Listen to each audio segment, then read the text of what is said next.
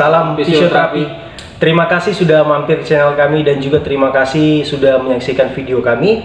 Pada video kali ini kita akan bahas tentang THR dan TKR, ya Bang ya? Ya. Apa itu THR dan TKR? THR itu merupakan total hip replacement, yaitu penggantian sendi dari pinggul kita atau kita bisa bilang bonggol paha kita, dan TKR itu ialah total knee replacement, yaitu penggantian total dari sendi bagian lutut kita. Pada video kali ini kita akan membahas tentang pemakaian alatnya ya Bang ya. Jadi kita membahas tentang pemakaian alat bantu, yaitu di mana alat bantu ini digunakan untuk fase awal sesudah operasi. Jadi fase awal untuk mulai berjalan kita menggunakan, nanti ada alat yang kita sebut walker ya Bang ya.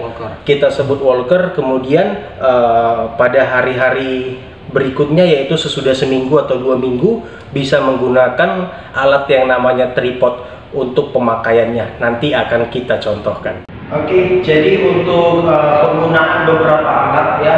Untuk yang pertama, kita memakai alat ada namanya walker. Jadi walker ini biasa digunakan untuk keluhan ataupun alat bantu untuk pasien-pasien dengan keluhan yang tadi kita bicarakan sebelumnya. Cara pemakaiannya, kita boleh memegang ya, di bagian ada karetnya semacam rubbernya ya. Jadi kita nanti sesuaikan tinggi bagian untuk pegangannya ini sesuai di bawah pusar kita kurang lebih. Jangan di atas pusar kita atau jangan pula terlalu rendah sehingga kita jadi membungkuk. Nah, untuk masalah jalannya sendiri, kita boleh menggunakan kaki yang sehat terlebih dahulu. Jadi kurang lebih seperti ini contohnya. Yang sebelah kiri itu yang mengalami gangguan. Jadi kita langkahkan dulu untuk walkernya, kemudian kaki kanan maju dan kiri. Baru kemudian maju lagi walkernya, kaki kanan kiri. Jadi kurang lebih seperti ini. Nah, apabila kekuatan kaki kita yang sebelah kiri yang bermasalah ini sudah memiliki sedikit penambahan kekuatan, ke suatu saat nanti mungkin beberapa hari kemudian bisa kita tambahkan exercise-nya, contohnya kurang lebih seperti ini ya. Jadi kita mengangkat kakinya seperti ini, kemudian kita mulai melangkahkan kaki yang sehatnya itu belakangan. Yang lebih dahulu itu kaki yang sakitnya kurang lebih seperti ini ya, kurang lebih seperti ini. Walker dulu, kaki, oke. Walker lagi, kaki, oke. Jadi kaki selalu belakangan dibanding walker. Nah, apabila sesudah seminggu atau 2 minggu, selain pakai walker ini kita bisa menggunakan yang lebih simpel lagi, yaitu menggunakan tripod. Jadi tripod ini juga bisa kita gunakan untuk kasus-kasus yang kita bicarakan tadi, dengan catatan tongkatnya harus sama kurang lebih kedudukannya untuk pegangannya seperti walker tadi, tidak terlalu rendah maupun tidak terlalu tinggi.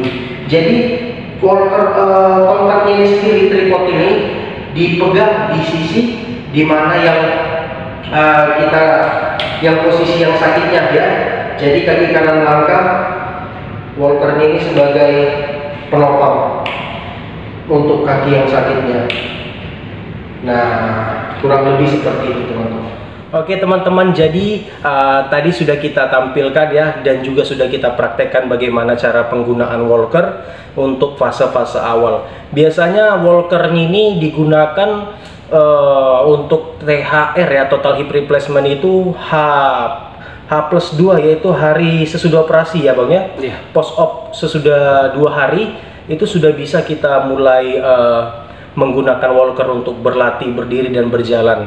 Tetapi biasanya kalau untuk di luar negeri, biasa sesudah operasi malahan hari itu juga sudah mulai berjalan, contoh operasi pagi sorenya. Nah kalau di sini sendiri, di Indonesia sendiri, ada yang 2 hari sudah dilakukan latihan, ada yang 9 hari sudah dilakukan latihan, dan ada juga yang bahkan sampai menunggu sampai 12 hari tergantung persetujuan ataupun dari dokter penanggung jawab, biasanya dokter ortopedi, baru diarahkan untuk ke fisioterapi.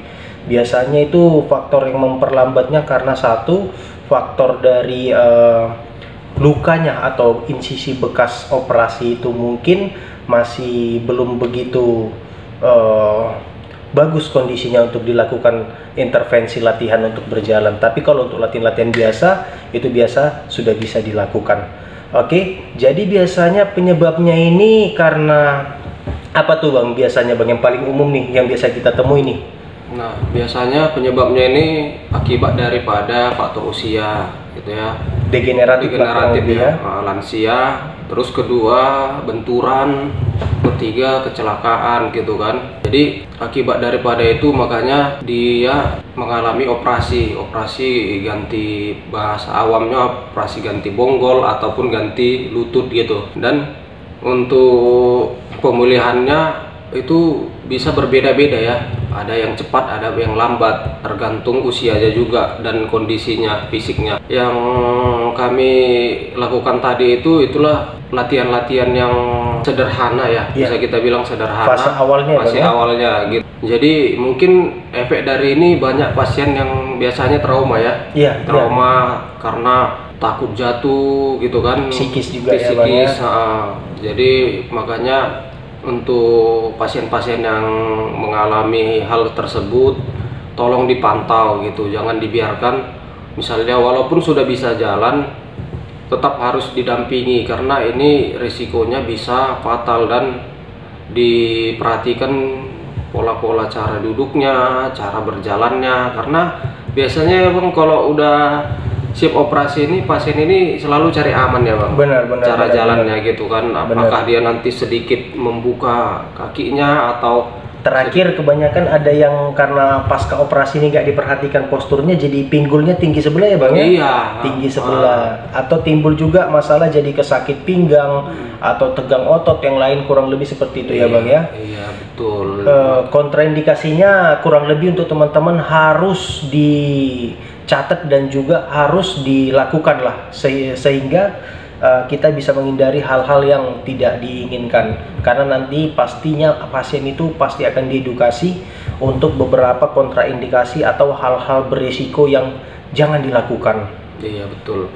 Makanya untuk pasien-pasien ini tolong dikasih perhatian kepada pasiennya supaya penyembuhannya tercapai. Jadi bukan hanya untuk terapi aja yang menyembuhkan gitu. Jadi peran orang tua atau keluarga sangat membantu penyembuhan pasien ini gitu. Jadi untuk penyembuhannya bisa cepat, itu semua ada kerjasama antara orang tua atau keluarga dengan terapisnya gitu ya Bang. Iya.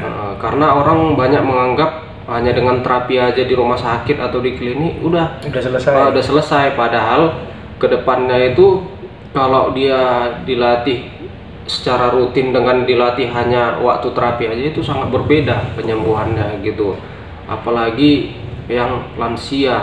Kalau lansia ini kalau semakin lama dilatih atau diterapi gitu, untuk penyembuhannya sangat sedikit ya Bang, tipis. Iya. Jadi untuk teman-teman kurang lebih seperti itu kira-kira yang bisa kita sampaikan.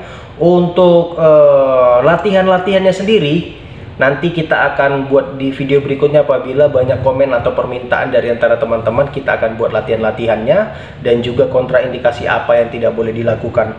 Jadi untuk teman-teman yang pasca operasi tetap semangat dan juga latihan, karena untuk goal bisa aktivitas mandiri itu bisa ya Bang ya. Bisa. Aktivitas mandiri itu bisa, dengan beberapa catatan nantinya yang tidak boleh dilakukan.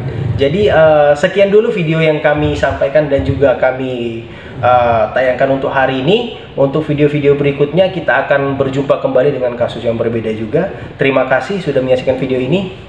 Salam fisioterapi.